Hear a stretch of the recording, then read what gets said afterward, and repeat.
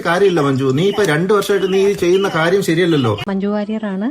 സനുവിന്റെ video ഞാൻ കണ്ടു. Amazing. പണ്ട് ഞാൻ പരിചയപ്പെട്ട സമയത്തുണ്ടായിരുന്ന സൺലൈറ്റിനോട് എനിക്ക് ഇപ്പോഴും നല്ല സ്നേഹമുണ്ട്. ഇപ്പോഴത്തെ സൺലൈറ്റിനെ എനിക്ക് മനസ്സിലാവുന്നില്ല. ആദ്യമായിട്ടല്ല പുള്ളിയുടെ കൂടെ വർക്ക് ചെയ്ത ആൾക്കാർ ക്യാരക്ടർ അസാസിനേഷൻ ചെയ്യുന്നത്. അന്ന് എനിക്ക് മനസ്സിലായില്ല, ഇന്ന് എനിക്ക് മനസ്സിലാവുന്നുണ്ട്. നിങ്ങൾക്കത് സമയമുണ്ടെങ്കിൽ, താല്പര്യമുണ്ടെങ്കിൽ, ഇത് നിങ്ങളെ ബാധിക്കുന്ന വിഷയമേ അല്ല. ഇത് എന്നെ മാത്രം ബാധിക്കുന്ന വിഷയം, എന്നെ അത്ര ബാധിക്കുന്ന വിഷയമല്ല. പക്ഷെ ഒരു ക്ലാരിറ്റി ഈ കാര്യങ്ങൾക്ക് വേണമെന്ന് തോന്നിയതുകൊണ്ട് മാത്രമാണ് ഞാനത് പറയുന്നത്. സമയവും താല്പര്യവും ഉണ്ടെങ്കിൽ പുള്ളി ഇതിനു മുമ്പിട്ടുള്ള പോസ്റ്റുകൾ ഒന്ന് വായിച്ചു നോക്കിക്കഴിഞ്ഞാൽ ഞാൻ ഈ പറഞ്ഞതിൻ്റെയൊക്കെ സത്യാവസ്ഥ നിങ്ങൾക്ക് തന്നെ മനസ്സിലാക്കാവുന്നതാണ്. ഒരു മനുഷ്യൻ പറയുകയാണ് ലോകം മുഴുവനും അയാളെ തകർക്കാൻ ശ്രമിക്കുകയാണ്, കോർണർ ചെയ്യാൻ ശ്രമിക്കുകയാണ്, കൊല്ലുവാൻ ശ്രമിക്കുകയാണ്, ഗവൺമെന്റ് കൊല്ലാൻ ശ്രമിക്കുന്നു, ഞങ്ങൾ കൊല്ലാൻ ശ്രമിക്കുന്നു, തകർക്കാൻ ശ്രമിക്കുന്നു എന്ന് ലോകം മുഴുവനും അങ്ങനെ ചെയ്യുന്നു എന്ന് ഒരാൾ അവകാശപ്പെടുകയാണെങ്കിൽ അല്ലെങ്കിൽ വിശ്വസിക്കുകയാണെങ്കിൽ അത് ലോകത്തിന്റെ മുഴുവനും കുഴപ്പമാണോ അതോ അയാളുടെ ചിന്തകളുടെ കുഴപ്പമാണോ എന്നുള്ളത് വിലയിരുത്തേണ്ടത് ഞാനല്ല. ഒരാളുടെ മാനസിക നിലയോ ഒരാളുടെ ചിന്താഗതിയോ സ്വഭാവ സവിശേഷതയോ ഇതൊന്നും വിലയിരുത്താനായിട്ട് ഞാൻ ആരുമല്ല. നമസ്കാരം and welcome back to yet another video. എല്ലാവരും സുഖമായിട്ടിരിക്കുന്നതായിരിക്കുന്നു. അങ്ങനെ ഇന്ന് നമ്മുടെ ടോപ്പിക് വീണ്ടും നമ്മുടെ സനൽ കുമാർ ശശിധരൻ, നമ്മുടെ ശശിയേട്ടനാണ്.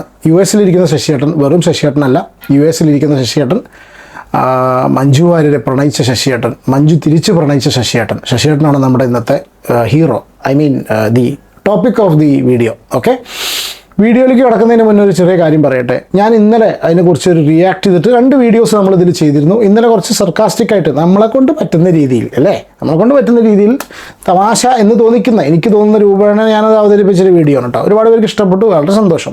പക്ഷേ ആ വീഡിയോ ഭയങ്കര സീരിയസ് ആയിട്ട് ഏറ്റെടുത്തിട്ടുള്ള ചില ആൾക്കാരുണ്ട് എന്നുള്ളത് നമുക്ക് വിവരം കിട്ടി. അങ്ങനെ നമ്മുടെ ചാത്തന്മാർ, നമ്മുടെ ദൂതന്മാർ നമ്മളെ കൊണ്ടൊന്ന് അറിയിച്ചിട്ട് ചില കാര്യങ്ങൾ നമ്മുടെ എന്നൊക്കെ പറഞ്ഞാൽ നമ്മൾ വലിയ ആളായി പോകും, എൻ്റെ ശ്രദ്ധയിൽപ്പെടുത്തി നമ്മളോട് കുറച്ച് കാര്യങ്ങൾ വന്ന് പറഞ്ഞു. അതായത് ഈ സനലേട്ടൻ എന്ന് പറഞ്ഞിട്ടുള്ള വ്യക്തി ആണ് യഥാർത്ഥ ഇര എന്ന് ചിലർ പറഞ്ഞു നടക്കുന്നു. മഞ്ജു ഇരയല്ല, മഞ്ജു വാര്യർ ഇരയല്ല. അവർ പണ്ടൊരു പ്രേമം ഉണ്ടായിരുന്നു, പിന്നൊരു പ്രേമം ഉണ്ടായിരുന്നു, വേറെ ആരൊക്കെ പ്രേമിച്ചു എന്നും പറഞ്ഞിട്ട് അവരുടെ ക്യാരക്ടർ വളരെ മോശമാക്കി സംസാരിക്കുന്ന രീതിയിലുള്ള കുറച്ച് സ്റ്റേറ്റ്മെൻറ്റുകൾ നമ്മളെ ശ്രദ്ധയിൽപ്പെട്ടു ഇന്നലെ. അപ്പോൾ സനൽകുമാർ ഫാൻസ് അസോസിയേഷൻ അണ്ടിമുക്ക് ശാഖ ഈ ഒരു ദൗത്യം ഏറ്റെടുത്തിട്ടുണ്ട്. ഈ ഒരു ദൗത്യം അവർ ഏറ്റെടുത്തു. ഈ ഒരു പ്രശ്നം സോൾവ് ചെയ്യാൻ വേണ്ടിയിട്ട് ഏറ്റെടുത്തിട്ട് അവരൊരു അന്താരാഷ്ട്ര ഏജൻസിയെ സമീപിച്ചിരിക്കുന്നു. ഈ അന്താരാഷ്ട്ര ഏജൻസി എന്ന് പറഞ്ഞാൽ ഇവർ ചെയ്യുന്നത് വലിയ വലിയ അന്താരാഷ്ട്ര പ്രശ്നങ്ങൾ ചർച്ച ചെയ്ത് പരിഹരിക്കും. വലിയ വലിയ രാജ്യങ്ങൾ തമ്മിൽ യുദ്ധങ്ങൾ ഉണ്ടാവുന്ന സിറ്റുവേഷൻ പോലും ഇവർ ഒഴിവാക്കുന്ന ഒരു അന്താരാഷ്ട്ര ഏജൻസിയാണ്. ഓക്കെ, ഈ ഏജൻസിയുടെ പേര് ഞാൻ വെളിപ്പെടുത്താം. പക്ഷേ ആ അന്താരാഷ്ട്ര ഏജൻസി ഇടപെട്ട് കഴിഞ്ഞാൽ ഒരുവിധം എല്ലാ പ്രശ്നങ്ങളും എല്ലാ പ്രശ്നങ്ങളും വളരെ രമ്യതയോടുകൂടി പരിഹരിക്കപ്പെടുന്ന രീതിയിലാണ് പണ്ട് മുതലേ കാര്യങ്ങൾ ഉണ്ടായിട്ടുള്ളത്. അപ്പോൾ ആ ഒരു ഏജൻസി, അന്താരാഷ്ട്ര ഏജൻസി ആരാ എന്നുള്ള കാര്യം ഇലുമിനാട്ടി ആണോ അതോ അബ്രഹാം ഖുറേഷി ആണോ അതോ വേറെ ആരെങ്കിലും ആണോ എന്നുള്ളത് നമുക്ക് വഴിയെ നമുക്ക് പറയുന്നതായിരിക്കും. അപ്പോൾ ആ ഒരു ഏജൻസി ഈ സംഭവം ഏറ്റെടുത്തിട്ടുണ്ട് എന്നുള്ള ഒരു സന്തോഷ വാർത്ത ഉണ്ട്. അതോടുകൂടി അവരുടെ മെയിൻ സംഭവം എന്താ വെച്ചാൽ 2 പേരെയും എൻ്റെ കൈകളിൽ കിട്ടിയാൽ, അല്ലെങ്കിൽ 2 പേരും ഒരു മേശയുടെ അപ്പുറം മഞ്ജു വാര്യരും മറുമേശയുടെ അപ്പുറം ശശിയേട്ടനും 2 പേരും കൂടി ഇരുന്ന് 2 പേരുടെയും ഫോണുകൾ മേശപ്പുറത്ത് വെച്ച് ഈ മെസ്സേജ് ഇതിൽ നിന്ന് വന്നതാണോ, ഈ മെസ്സേജ് അതിൽ നിന്ന് വന്നതാണോ എന്ന് സംസാരിച്ചിട്ട് അവർ തമ്മിൽ കാര്യങ്ങൾ പരിഹരിക്കാൻ കഴിവുള്ള പ്രാപ്തിയുള്ള ആൾക്കാരെ കേരള പോലീസ് ഏൽപ്പിച്ചില്ല എന്ന് പറഞ്ഞിട്ട് അവർ മുറവിലേക്ക് കൂട്ടുന്ന പല പല സന്ദേശങ്ങളും ഇന്ന് അന്താരാഷ്ട്ര മാധ്യമങ്ങൾ റിപ്പോർട്ട് ചെയ്തുകൊണ്ടിരിക്കുകയാണ്. ഓക്കെ, അപ്പോൾ അത് പോട്ടെ, ഇനി നമുക്ക് വിഷയത്തിലേക്ക് വരാം.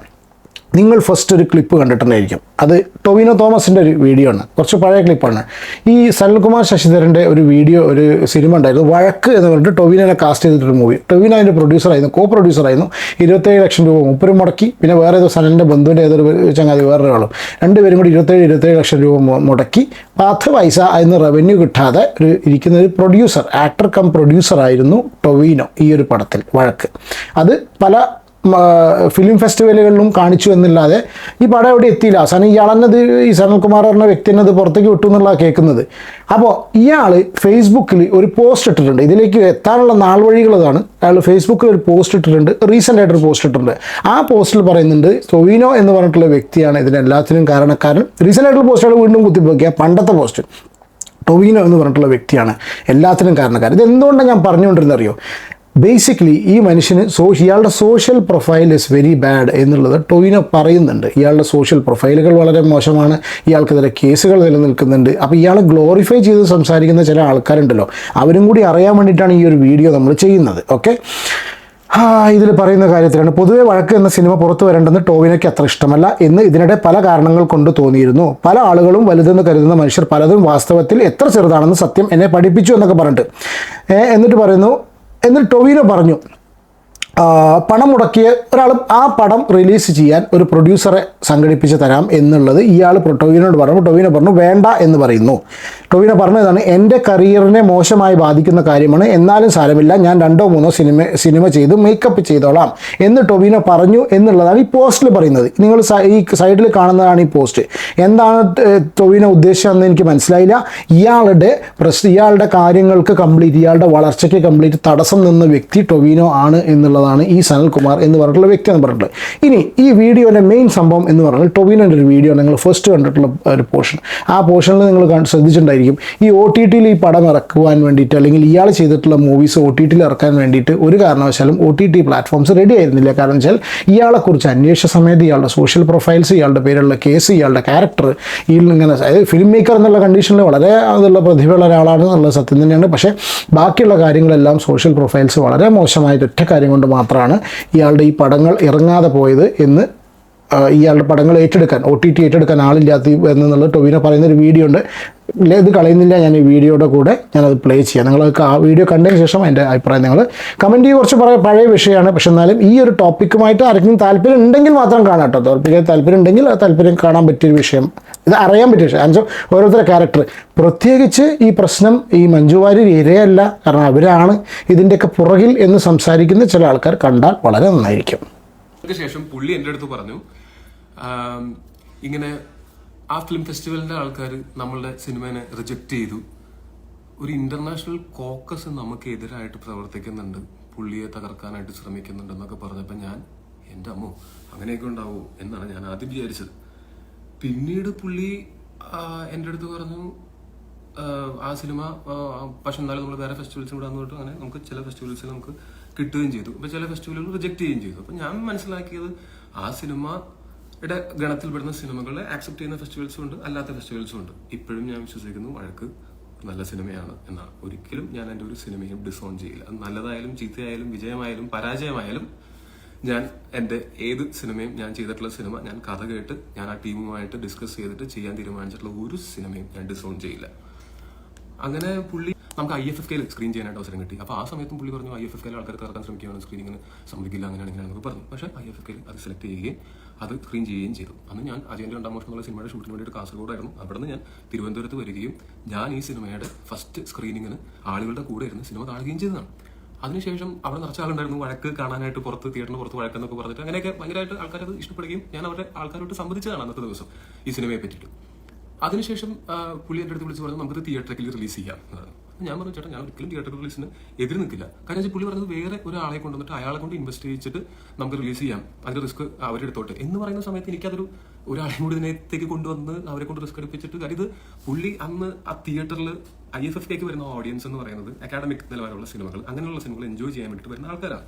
അവർ അത്രയും താല്പര്യത്തോടെ അത് കണ്ടു എന്ന് വിചാരിച്ചിട്ട് നമ്മളിതൊരു വൈഡ് റിലീസ് ഒക്കെ ചെയ്തിട്ട് ഫസ്റ്റ് ഡേ ഫസ്റ്റ് ഷോ ആൾക്കാർ തിക്കിത്തള്ളി കയറുന്ന ഒരു സിനിമ ആയിരിക്കില്ല എന്നുള്ള ബോധ്യം എനിക്കുണ്ട്. കാര്യം നമ്മൾ ഓരോ സിനിമയും ചെയ്യുന്ന പിന്നെ കുറച്ച് നാളുകൾക്ക് ശേഷം ഞങ്ങൾ OTTയിൽ നമുക്ക് ഇതിന്റെ സെയിലിന്റെ കാര്യം സംസാരിക്കാമെന്ന് പറഞ്ഞു. ഞാൻ എല്ലാ OTTകളുമായിട്ടും എൻ്റെ കോൺടാക്റ്റിലുള്ള ആൾക്കാരോട് ഞാൻ സംസാരിച്ചു. എൻ്റെ മാനേജർ ഗൂഗിൾ വഴിയും ഞാൻ സംസാരിപ്പിച്ചു. അങ്ങനെ സംസാരിപ്പിക്കുന്ന സമയത്ത് OTT എന്ന് പറഞ്ഞാൽ അതൊരു കോർപ്പറേറ്റ് ആണ്, ഒരു ഇന്റർനാഷണൽ കോർപ്പറേറ്റ് അങ്ങനത്തെ ഒരു പ്ലാറ്റ്ഫോമാണ്. അവർ ആവശ്യപ്പെട്ടത് ഈ സിനിമയുടെ ക്രിയേറ്റീവ് റൈറ്റ്സ് മുഴുവൻ അവർക്ക് കൊടുക്കണം. നമ്മളൊരു സിനിമ സെല് ചെയ്യുന്ന സമയത്ത് എല്ലാ സിനിമയും അങ്ങനെ തന്നെയാണ്, ചെറുതും വലുതുമായിട്ടുള്ള എല്ലാ സിനിമകളും OTTയുടെ പോളിസി എന്ന് പറഞ്ഞാൽ അതിന്റെ ക്രിയേറ്റീവ് റൈറ്റ്സ് ഉൾപ്പെടെ മേടിക്കുക എന്നുള്ളതാണ്. അന്ന് സല്ലേട്ടൻ പറഞ്ഞു അങ്ങനെ ഒരു IP റൈറ്റ്സ് കൊടുക്കാൻ പറ്റില്ല, അങ്ങനെ എൻ്റെ സിനിമയുടെ ക്രിയേറ്റീവ് ഫ്രീഡത്തിനെ ഹനിക്കുന്നൊന്നും ചെയ്യാൻ പറ്റില്ല എന്ന് പറഞ്ഞപ്പോൾ ഞാനും പ്രതിസന്ധിയില്ല, എന്ത് ചെയ്യാൻ പറ്റും, ഇതിനകത്ത് പൈസ മുടങ്ങി കിടക്കുന്നത് ഞങ്ങളുടെയാണ്. പക്ഷേ എന്നാലും ഞാൻ പറയുന്നത് എന്നാലും എനിക്ക് വളരെ ഇഷ്ടമുള്ള ഒരാളാണ്, അദ്ദേഹമാണ് സിനിമ ഡയറക്ടർ, അദ്ദേഹത്തിന്റെ ക്രിയേറ്റീവ് ഫ്രീഡത്തിനെ ഹനിക്കണ്ട. കാര്യം ഞാൻ ഈ സിനിമ ചെയ്തതിന്റെ പിന്നിലുള്ള കാരണം അങ്ങനെ ക്രിയേറ്റീവ് ആയിട്ടുള്ള ആൾക്കാർക്ക് എൻ്റെ ഭാഗത്ത് നിന്ന് എന്തെങ്കിലും സപ്പോർട്ട് കൊടുക്കാൻ പറ്റുകയാണെങ്കിൽ കൊടുക്കുക എന്നുള്ള ഉദ്ദേശത്തോട് കൂടിയിട്ടാണ്. അതുപോലെ പുള്ളി പറഞ്ഞു മറ്റേ എൻ്റെ കരിയർ അറ്റ് സ്റ്റേക്ക്. ഞാൻ പറഞ്ഞത് അങ്ങനെയല്ല. ഞാൻ പറഞ്ഞത് ചേട്ടാ ഈ സിനിമ ഇറങ്ങിക്കഴിഞ്ഞാൽ നമ്മൾ നേരത്തെ പറഞ്ഞ ഹോൾഡ് ഓവർ ആയി കഴിഞ്ഞാൽ അന്നൊരു പരാജയ ചിത്രമാണ്, ടോനൊരു ഫ്ലോപ്പ് എന്ന് പറഞ്ഞിട്ട് ആൾക്കാർ 2 ദിവസം പറയുമായിരിക്കും. പക്ഷേ ഒരു 2-3 സിനിമ കൊണ്ട് എനിക്ക് അതിനെ ഓർക്കം ചെയ്യാൻ പറ്റുമായിരിക്കും. പക്ഷേ ഈ സിനിമ അർഹിക്കുന്ന റെസ്പെക്ട് കിട്ടില്ല. ഇത് ഞാൻ കൃത്യമായിട്ട് പറഞ്ഞത് ഇന്നും ഞാൻ ക്രോസ് ചെക്ക് ചെയ്തതാണ്. അതിന്റെ കയ്യിൽ കിടപ്പുണ്ട്, ആർക്ക് വേണമെങ്കിലും കേൾക്കാം. അതിനുശേഷം ഈ OTTയുടെ ഈ പറഞ്ഞ പരിപാടികൾ നടക്കാതായപ്പോൾ ഞാൻ പുള്ളിയുടെ അടുത്ത്, പുള്ളി വീണ്ടും എൻ്റെ അടുത്ത് ചോദിച്ചു നമുക്ക് OTTയിൽ റിലീസ് ചെയ്താലും. ഞാൻ പറഞ്ഞു ചേട്ടാ ചെയ്യാം, പക്ഷെ നമ്മൾ ഓൾറെഡി കുറേ ആൾക്കാർ വെറുപ്പിച്ചു ഇങ്ങനെ റൈറ്റ്സ് കൊടുക്കാൻ പറ്റില്ല എന്നൊക്കെ പറഞ്ഞിട്ട്. ചേട്ടൻ വാശി പിടിച്ചിരുന്നു കഴിഞ്ഞാൽ ഇത് നടക്കില്ല, ചേട്ടൻ വാശി വിട്ടാൽ നമുക്ക് സെല് ചെയ്യാനായിട്ട് വീണ്ടും ശ്രമിക്കാൻ പറഞ്ഞു. പുള്ളി എനിക്കൊരു വാശിയില്ല എന്നൊക്കെ പുള്ളി പറഞ്ഞു. ഞാൻ വേണമെങ്കിൽ ആ മെസ്സേജ് അത് കാണിച്ചു തരാം. അപ്പോൾ എനിക്ക് വാശിയൊന്നുമില്ല, നമുക്കത് റിലീസ് ചെയ്യാം എന്ന് പറഞ്ഞു. അപ്പോൾ ഞാൻ പറഞ്ഞു ഞാനതിന് എന്ത് വാശി പിടിക്കുന്നു, എനിക്കൊരു വാശിയില്ല എന്നൊക്കെ പറഞ്ഞിട്ട് പുള്ളി അയച്ചേക്കുന്ന സാധനമാണ്.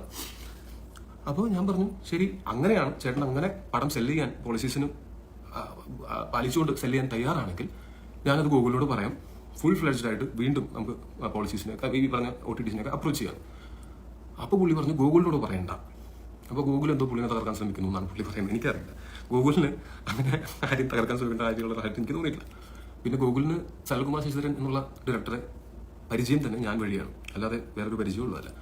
അപ്പോൾ ഗൂഗിൾ വഴി ചെയ്യേണ്ട, ഇങ്ങനെയാണ് പറയുക. അതും കണ്ടു, ഗൂഗിളിനോട് പറയണ്ട, ഞാൻ നോക്കട്ടെ എന്നാണ് പറഞ്ഞേക്കുന്നത്. ഇത് അയച്ചിരിക്കുന്നത് 2023 ജൂലൈ 23-നാണ്. അപ്പോൾ അതിന് ഞാൻ ഓക്കെ എന്നാണ് മെസ്സേജ് അയച്ചിരിക്കുന്നത്. അതിനുശേഷം ഞങ്ങൾ ഉണ്ടായിട്ടുള്ളത് പിന്നെ OTT സെയിൽസ് നടക്കുന്ന സമയത്ത് ഞങ്ങൾ അതിന് വേണ്ടിയിട്ട് ചെന്നപ്പോൾ ഈ പോളിസീസ് അംഗീകരിക്കാത്തത് മാത്രമല്ലായിരുന്നു പ്രശ്നം, ഇദ്ദേഹത്തിന്റെ സോഷ്യൽ പ്രൊഫൈലും ഒരു പ്രശ്നമായിരുന്നു. സനലേട്ടൻ ആൾക്കെതിരെ ഒരു കേസും അറസ്റ്റും ഒക്കെ നടന്നതാണ്. OTT പോളിസീസിൽ പ്രധാനപ്പെട്ട ഒന്നെന്ന് പറഞ്ഞാൽ കേസിൽ ഇൻവോൾവ് ആയിട്ടുള്ളത് അവർ നിരപരാധിയാണെന്ന് തെളിയിക്കപ്പെടുന്നത് വരെ അവരുടെ സിനിമകളുമായിട്ട് അസോസിയേറ്റ് ചെയ്യാനായിട്ട് ഈ കോർപ്പറേറ്റുകൾക്ക് താല്പര്യമില്ല എന്ന് പറഞ്ഞു. അതുകൊണ്ടാണ് അത് വിൽക്കാൻ പറ്റാതിരുന്നത്. ഇതാണ് സത്യാവസ്ഥ. പുള്ളിയും ശ്രമിച്ചു, പുള്ളി തന്നെ ഗൂഗിളിനോട് പറയേണ്ട, പുള്ളി തന്നെ ചെയ്തോളാം എന്ന് പറഞ്ഞിട്ട് പുള്ളി ശ്രമിച്ചിട്ടും നടന്നില്ല. അതിന്റെ കാരണങ്ങൾ ഇതാണ്. ഞാനിത് കഴിഞ്ഞിട്ട് അക്കാഡമിക് സർക്കിളിലുള്ള വേറെയും സിനിമകൾ ചെയ്തിട്ടുണ്ട്. അങ്ങനെ എന്റെ കരിയർ ഏതെങ്കിലും ഒരു സിനിമ അക്കാഡമിക് സർക്കിളിലുള്ള സിനിമ ചെയ്തിട്ട് ആ സിനിമ സാമ്പത്തിക ലാഭം കിട്ടാതെ വരുമ്പോൾ തകർന്നു പോകുന്നൊരു കരിയറാണെന്നൊരു തോന്നൽ എനിക്കുണ്ടെങ്കിൽ ഞാൻ അദൃശ്യജാലകങ്ങൾ പോലൊരു സിനിമ കോ പ്രൊഡ്യൂസറായിട്ട് ഞാൻ ആ സിനിമയിൽ അഭിനയിക്കുകയും അത് തിയേറ്ററിൽ റിലീസ് ചെയ്തതാണ്. അന്നൊരു ദിവസം ഫുൾ ഞാൻ പ്രൊമോഷൻ വന്നിരുന്നത് ഇവിടുത്തെ എല്ലാ മീഡിയാസും കണ്ടതാണ്. ഡോക്ടർ ബിജു സാറും അതിന്റെ പ്രൊഡ്യൂസറായിട്ടുള്ള രാധികയും എല്ലാവരും ഉണ്ടായിരുന്നു. എന്നിട്ട് ആ സിനിമ നമ്മൾ OTTയിലും അവർ വാങ്ങി. കാരണം പോളിസീസ് അംഗീകരിക്കാൻ തയ്യാറായിരുന്നു. സോഷ്യൽ പ്രൊഫൈൽ ഡോക്ടർ ബിജു സാറിന്റെയും ഞങ്ങളുടെ എല്ലാവരുടെയും നല്ലതായിരുന്നു. അപ്പം ഞാൻ കൊമേഴ്ഷ്യൽ, പിന്നെ ഞാനും ഈ ഗിരീഷ് ചേട്ടനുമാണ് ഇതിനകത്ത് ഫണ്ട് മുടക്കിയിരിക്കുന്ന ആൾക്കാർ. ഞാനൊരു 27 ലക്ഷം മുടക്കിയിട്ടുണ്ട്, പുള്ളി ഒരു 27 ലക്ഷം രൂപ മുടക്കിയിട്ടുണ്ട്. സനലേട്ടന് 0 ഇൻവെസ്റ്റ്മെന്റ് ആണ്. പുള്ളി പലതവണയായിട്ട് ശമ്പളം ആയിട്ട് മേടിച്ചിട്ടുണ്ട്. IFFKയിൽ സ്ക്രീൻ ചെയ്തപ്പോൾ കിട്ടിയ എമൗണ്ട് ഞങ്ങളത് എവിടെയാണെന്ന് ചോദിച്ചിട്ടില്ല, അതും പുള്ളി തന്നെയാണ് ഉപയോഗിച്ചിട്ടുള്ളത്. ഇതിലൊന്നും എനിക്കൊരു പരാതിയില്ല, കാര്യം പുള്ളിക്കും ജീവിച്ചു പോകാൻ പൈസ വേണം എന്ന് ഞാൻ മനസ്സിലാക്കുന്നു. പിന്നെ ഇത് ഫാക്ടുകൾ നിങ്ങളോട് പറയുക എന്നുള്ളത് മാത്രമേ എനിക്ക് ഉദ്ദേശമുള്ളൂ. പുള്ളി എന്നോട് ചെയ്ത പോലെ പുള്ളിയുടെ ക്യാരക്ടർ അസാസിനേഷൻ എന്റെ കാര്യമേ അല്ല. എനിക്ക് ഇപ്പോഴും പുള്ളിയോട് as a film maker respect ഉണ്ട്, പുള്ളി ചെയ്ത സിനിമയോട് ഇഷ്ടമുണ്ട്. പണ്ട് ഞാൻ പരിചയപ്പെട്ട സമയത്തുണ്ടായിരുന്ന സനലേട്ടനോട് എനിക്കിപ്പോഴും നല്ല സ്നേഹമുണ്ട്. ഇപ്പോഴത്തെ സനലേട്ടനെ എനിക്ക് മനസ്സിലാവുന്നില്ല.